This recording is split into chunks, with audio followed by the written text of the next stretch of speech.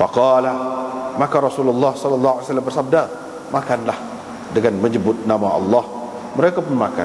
Ketika mereka dalam keadaan itu, di tempat mereka itu, tiba-tiba datang seorang ghulam, hamba, yanshudullah wal Islam, yang meminta dengan nama Allah dan nama agama Islam, dinar dia yang hilang.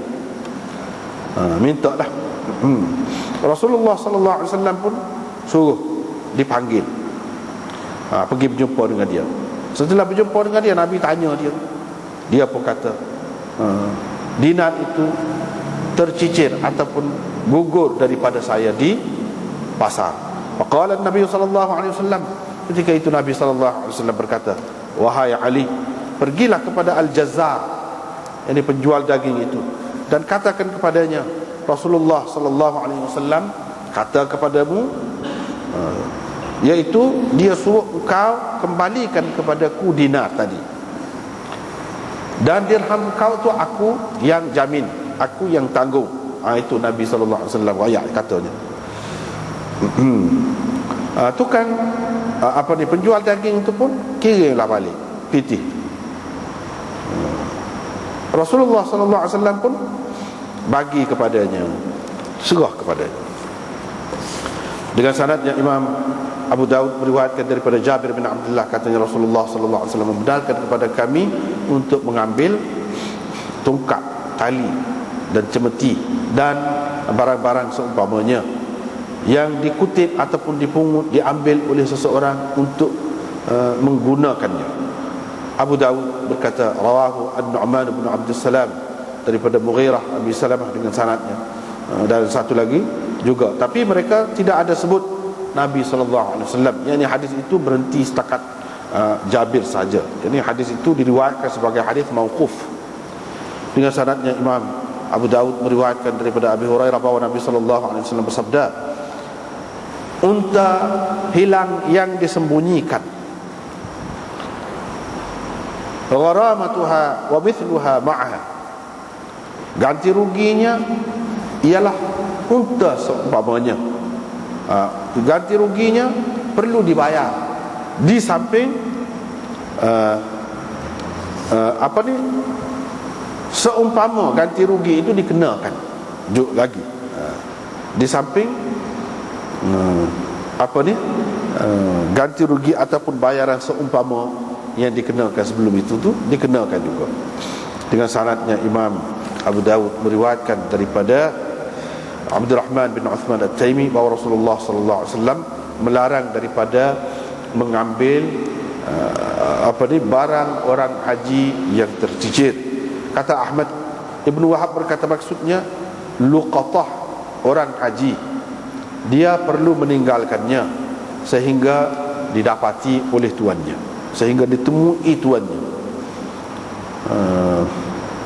Seterusnya riwayat daripada Munzir bin Jarir, katanya pernah aku bersama Jarir di Bawazij, tiba-tiba mari penggembala lembu. Dalam kumpulan lembu tu ada seekor lembu yang bukan daripada kumpulannya. Jarir pun berkata kepadanya, ni apa ni? Dia kata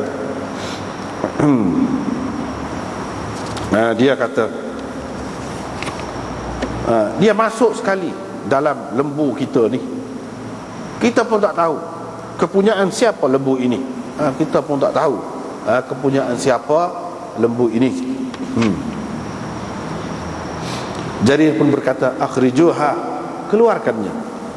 Saya telah mendengar Rasulullah sallallahu alaihi wasallam bersabda, tidak melindungi unta yang hilang melainkan orang yang sesat. Tidak melindungi, yakni mengambil unta orang yang hilang melainkan orang yang sesat. Itulah habis bab. Kita tengok semula, mula-mula tadi. Ini hadis mula-mula tu kira-kiranya siapa-siapa yang jumpa barang orang yang tercicir, kira-kiranya dia kena cari saksi. Cari saksi. Adakan saksi seorang atau syak. Dalam riwayat ni 2 orang.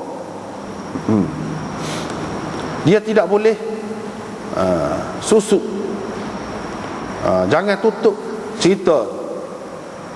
Bahkan kena isytihar. Kalau tuan dia mari, jumpalah tuan dia tu, kena bagi balik kepada tuan dia. Kalau tak ada, itu adalah malullah, harta Allah yang diberikan kepada sesiapa yang dia mahu. Berhubung dengan saksi ni, kalau nak kira asal perintah Nabi SAW, amar itu memberi makna wajib asalnya. Fal yushhid, hendaklah adakan saksi, bawa saksi, cari saksi. Ni hak kata wajib, kena cari saksi, kena adakan saksi itu. Ini adalah ahadu qaulai Syafi'i, salah satu daripada 2 pendapat Imam Syafi'i. Dia kata kena cari, wajib. Salah satu daripada 2. Yang ni pendapat dia ada 2 lah. Itu juga pendapat Imam Abu Hanifah. Caranya, lagu mana orang panggil cari saksi ataupun adakan saksi untuk barang yang hilang ni? Iaitu ada beberapa cara. Yang pertama, dia cari orang dan dia royak beberapa perkara kepada orang tu, bahawa dia jumpa barang gini. Tapi jangan royak habis. Jangan royak bekah dia kau gapo kau. Jangan. Supaya apa? Supaya orang yang kita royak itu tidak mendakwa, ataupun jadi saluran kepada orang yang tidak bertanggungjawab mengambil barang itu. Kemudian boleh jadi dia tu royak pula kepada orang lain, royak pula kepada orang lain. Bila tahu habis, boleh kepada orang yang bukan sebenar. Sekadar tu je, sekadar dia royak, itu orang panggil adakan saksi dah tu, cari saksi dah tu.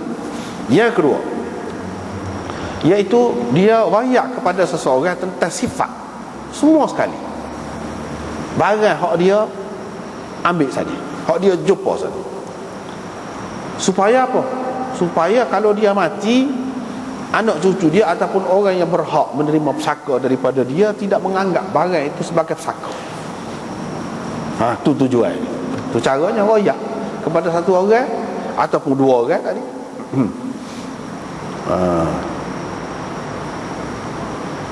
Dia masalah hak berkait dengan harta begini, 2 orang biasanya kalau saksi.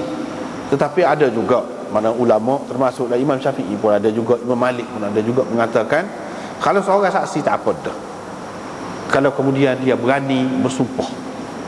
Dia ni disokong dengan sumpahnya, jadi macam 2 jugalah. Tujuan dia royak perhabisan ni kepada satu orang supaya tidak keliru pewaris dia tu. Lama kan masuk hak tu juga, kira sekali dengan hak tu, padahal hak tu hak dia jumpa. Tetapi setengah-setengah ulama mengatakan kena ambil jalan tengah, tak boleh juga royak perhabis lagu tu, iaitu royak setengah-setengah. Itulah yang dikatakan oleh Imam Nawawi sebagai pendapat al-asah.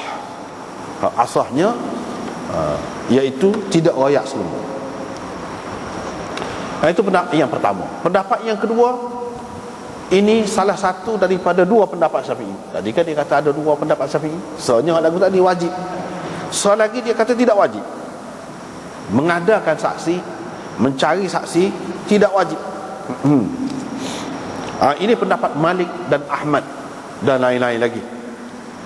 Mereka kata dalam hadis ni memanglah amar, tetapi amar di sini bukan memberi makna wajib mesti, tidak, tetapi untuk ihtiyat sahaja, sebagai langkah bercermat dan sunat sahaja, bukan sebagai wajib.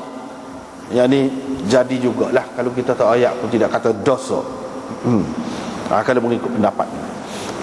Sebab apa? Dalam hadis Zaid bin Khalid yang kita sudah jumpa dah dulu, cara ke Luqatah ni, hak itulah hak kemahnya.